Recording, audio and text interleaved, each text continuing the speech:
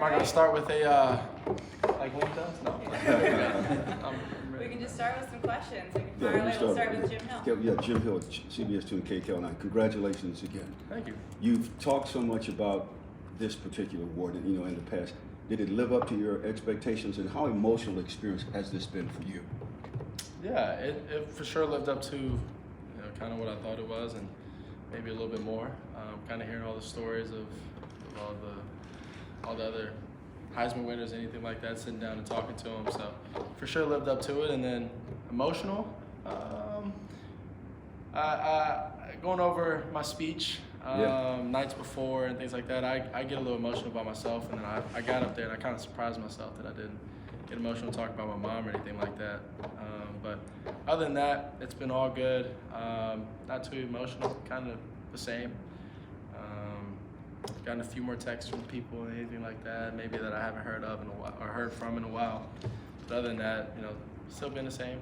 Back here, we got a game in a couple of weeks, and preparing and working hard, getting back healthy.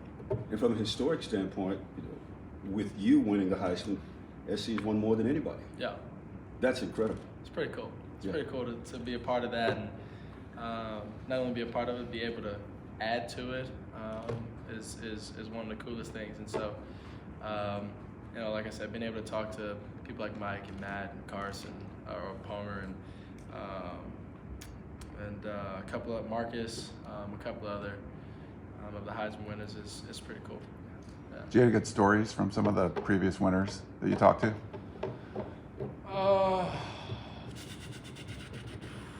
Previous stories.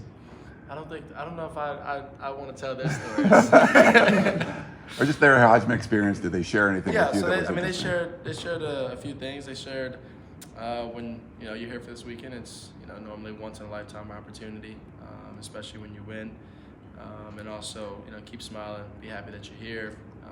Because like I just said, they always said it's normally a once in a lifetime opportunity for a player to go win a Heisman. And so to be in that moment, no matter how much sleep I had, I kept a smile on my face. I was happy to be there, and really, really grateful. You look back on that moment, what stood out to you the most, besides obviously winning the Heisman, but what stood out just leading up to that moment of you winning a Heisman? The preparation that went into it, from the speech to the outfit, to the outfits, the different type of suits and all of that, the appointments that I had to make while I was there and get to be there on time. And then one of the other things that I was being able to, I don't know if the weekend would have been as fun, for me at least, if I didn't have my 8-0 lineman there, someone that I could, there was a dinner that we were at, and it was towards the end of it, and I was asking Katie if when can we go see the offensive lineman, because I wanted to go hang out with them, because that was their first night, everybody being in, and so they made my experience a lot better than would have been. You have a very unique fashion sense. So what went in as far as just the creativity, as far as like you said, suits plural. Yeah. Going into that. Always, when you step out the house and you step out somewhere and you want to go out or anything like that, you always want to look your best. And so that was the main point, is that I wanted to look my best, but also be appropriate for the Heisman. I didn't want to come in some cut off slack shorts, anything like that. I wanted to come in a full suit, but I also did want to dress to how I dress and it fit my personality. Caleb, can you take us through, after you win the award, you accept it, what's the rest of that night like for you, or what kind of happened since? Yeah. So after that, I went upstairs, and they give you a suite after you win. And they give you a pretty large room so you can celebrate with and fit everybody in your room. It's not so compact. All your relatives are like me. I had 8 large human beings with me. So it worked out pretty well that I had a suite. So, we went up to the suite, we sat down, I waited for the O-lineman to get up there, but sat down, we ate because I was starving. We didn't eat all day, the finalists. But yeah, I was starving, we ate, and we just kind of sat back and laughed, and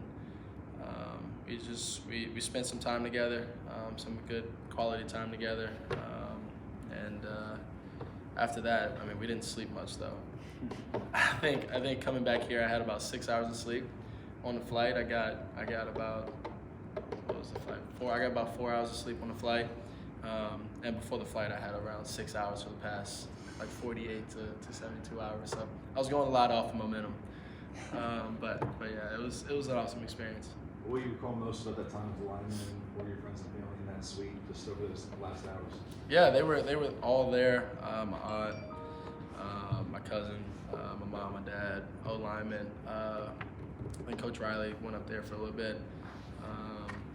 And so Katie was there, and we were all kind of just enjoying the moment, just mainly because of where USC came from these past couple years. It's been pretty tough, and most of the linemen have been through the tough times here, and so being able to enjoy that moment with them, and all the hard work that we put in over these past 12 months has been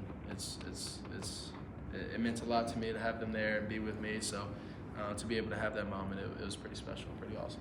You had a lot to say to Lincoln during your speech. Yeah. What did he have to say to you after you won the award? Yeah, it was a bit emotional, but it was the truth.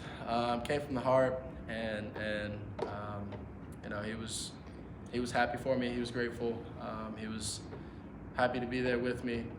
Wouldn't want to be anywhere else, anything like that. And it was a great moment for us too. We got a lot more to go. You've been an active recruiter since you got to USC. Mm-hmm. Are people more receptive to that pitch now? Yeah. They might listen a little bit more, and also me just tell them. I mean, I shoot it to them straight. Obviously, they can't join us for this bowl game, so I shoot straight at them. I go and say, if you're not coming here and focus on our team goals, don't come. And if you want to, offensive lineman, wide receiver, offensive wise, if you want to come play with a good group of guys, come on and let's work. If you're not coming here to work, you're not coming here to reach our team goal at the end of the year in January, don't come join. How much recruiting do you do with the current team in the transfer portal, like the guys that are already on the roster? Well, You try to recruit the guys that are here on the team right now to make sure they stay with not going to their transfer portal. Is that something you do too? yeah. I mean, that comes with relationships and what we built over the past 12 months. A lot of that comes from that, and then also, having conversations with them and real conversations that, we want you here. We love you, obviously, as teammates. We want you here with us. You've been here with us from the start, anything like that, but it also is a personal thing that you have to do because everybody has their own dreams and goals. And like I said in my speech is, don't change your dreams. And that's one of the main things. So if you have a dream and you're not, being able to reach that dream here, might need to go somewhere else, but we recruit to keep all of our guys here. And that also comes with the culture thing that we've been building here at USC. We haven't had many guys. We've had a couple guys leave, but some guys going pro, some guys are thinking about staying, some guys have already left. But some people have to make decisions for themselves at some point. And so we've done a good job with the guys that we have here, and we're working for this bowl game. How's your hamstring doing? And speaking of the bowl game, are you still confident that you'll be able to play? Yep. I'm doing well. Hamstring's doing well, and I am confident that I will be out there. By the time Saturday came, everyone just kind of presumed that you were going to be the winner. But when that moment came, the announcement, was there any suspense for you? There wasn't any doubt because I believe in myself and what I've done this year and what I've done with these guys. But when she handed the paper to Coach after saying, "Here's our Heisman winner," and then handed the paper to Coach, and then Coach had a joke. I'm not a nervous person, but my heart did start to pump a little bit in that moment. But as soon as he called my name, it all went out the window and went up there and delivered my speech. You talk about that outfit reflecting your personality. For people that are watching this that aren't necessarily following your football career, what is your personality? How would you describe yourself?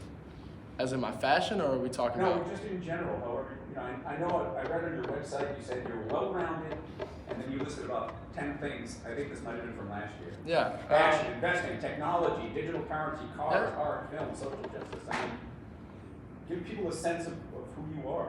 Yeah, a couple of those things. I was actually just talking about cars and architecture and housing last night with one of my friends, and you know, a couple things that I like and love.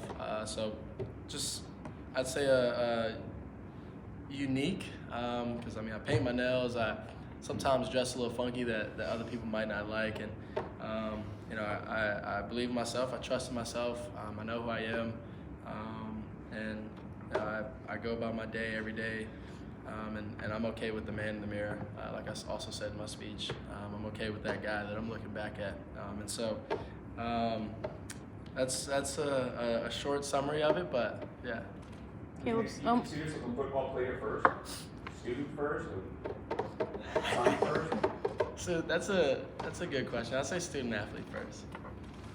What does finals week look like for a Heisman winning quarterback? So I actually had to push all my finals into the 3-day span that I had because everything ended on Wednesday yesterday, and so from Monday to Wednesday I was downstairs in the academic advising room, trying to cram and get everything done. I think I ended with all A's, maybe 1B, but all A's and 1B. But I did have to push everything back. I sent a couple emails. I didn't just not show up to the exam. I sent a couple. I showed up. I showed up Monday through Wednesday, but I did send a couple emails before I went to Heisman. Has it sunk in yet that year 13 is going to be among the jerseys displayed over by the peristyle? People ask me, has the Heisman sunk in, or has that sunk in, and anything like that? I don't know if it's really kind of sunk in.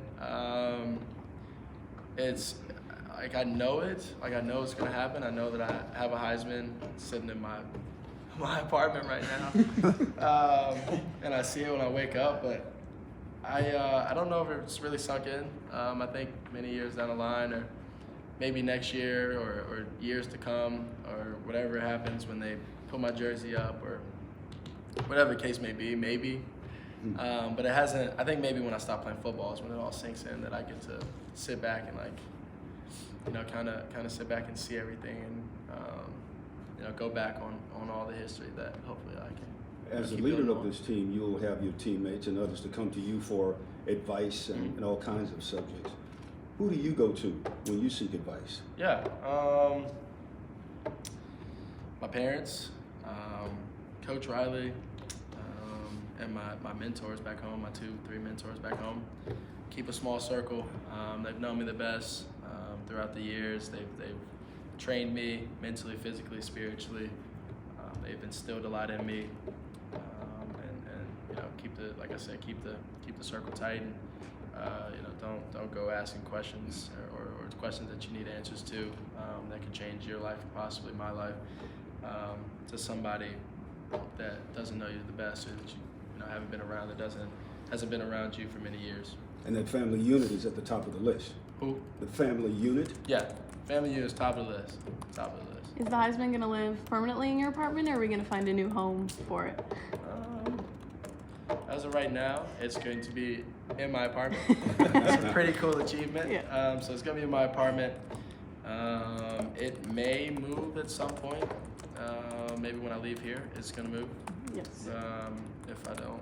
Is it just like on the coffee table? Yeah, is it like the where do you put centerpiece? the It's Heisman, like I a guess? center. So I have a big old spot where I eat right when you walk in, and it's like in the kitchen. So it's my kitchen and my bedroom. Probably the coolest centerpiece you can have. It's probably the coolest centerpiece you can have. Yeah. And then in your speech, of course, it was all about dreams and accomplishing dreams. But I know in hearing you speak that this is not the end dream for you. You have so much more you want to do, so many more goals you want to accomplish. But I guess, how do you build off this one? Because this is a big one.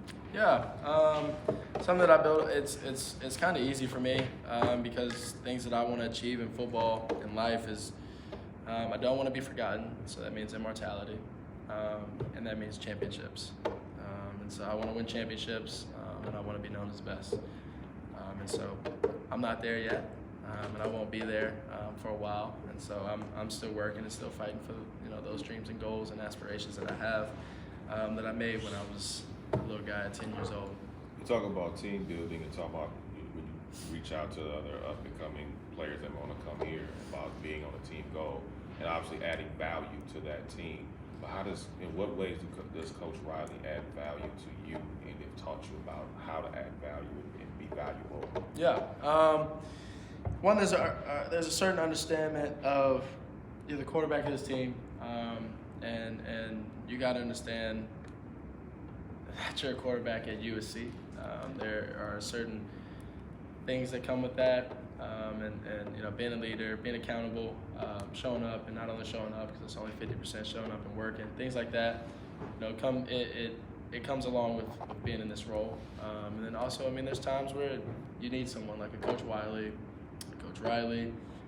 someone that you trust to like today wasn't your best day at this, and this, and then there's also a certain understanding of like I want to be the best, and so I go into Coach Riley's office, and he might tell me this one thing that I wasn't doing well this week, and so I go and fix it the next week.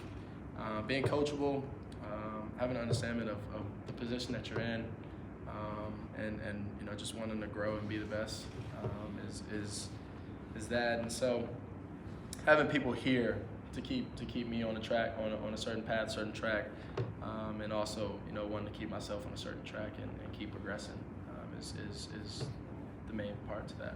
What was the most surprising phone call or text you got afterward?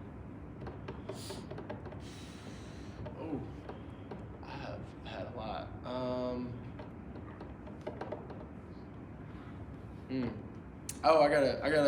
I wasn't expecting this. I got a text from Kurt Warner. That was a pretty cool text. I got a text from him and congratulating me, but also if I want to get any work in mentally in the film side or anything like that, just let him know and so yeah, that was probably the coolest text. You probably have... How has NIL process impacted you, your career, your student athlete, both your years when it's gone into effect? Is that a big factor in your life? I would say it's a big factor, just like anyone that has a career in something, and it pays for my apartment, and it lets me be a man and be on my own. My parents always said when you can pay your own bills and do things like that, you're grown now. And obviously I'm not fully grown because I still have to answer my parents sometimes, but it allows me to pay my own bills and anything like that. So I would say it's made a pretty big impact if you get to pay your own bills and your parents don't have to do anything for you. But I also use it to help my teammates and give back to them and all the hard work that we put in, because not everybody's in the position. Like I said before, not everybody's in this position, and there's a certain understanding of the position that I'm in, that I can do certain things like give back to my teammates and help them out in any way possible. If I can bring them in on a deal, if I can give a pair of beats to the whole team or a couple pair of beats to the whole team, if I can take a few of my, take Travis or take, Travis, Gary, and Kyron to one of my commercial things, and they be a part of it, and they get, something from it. It's one of my favorite parts about it. So, being able to pay for my own things, and then also be able to bring my teammates in and help out my teammates is what I've done since this whole NIL storm has come upon us. So. You probably have access to guys who have won it and then come back to school. Have you sought out any advice from them or heard any advice from them on how to handle coming back and going for a second one, maybe? Not really. I have to come back, even if I didn't want to. I do want to, but I haven't won a championship yet, so I wanted to come back, but I haven't really received anything from them. Next year I'm going to work harder. I'm going to do more mentally, physically when I'm out there, and I'll be back in New York and hopefully in the national championship next year. So. Thank you, Caleb. Thank you. Awesome. Thank you.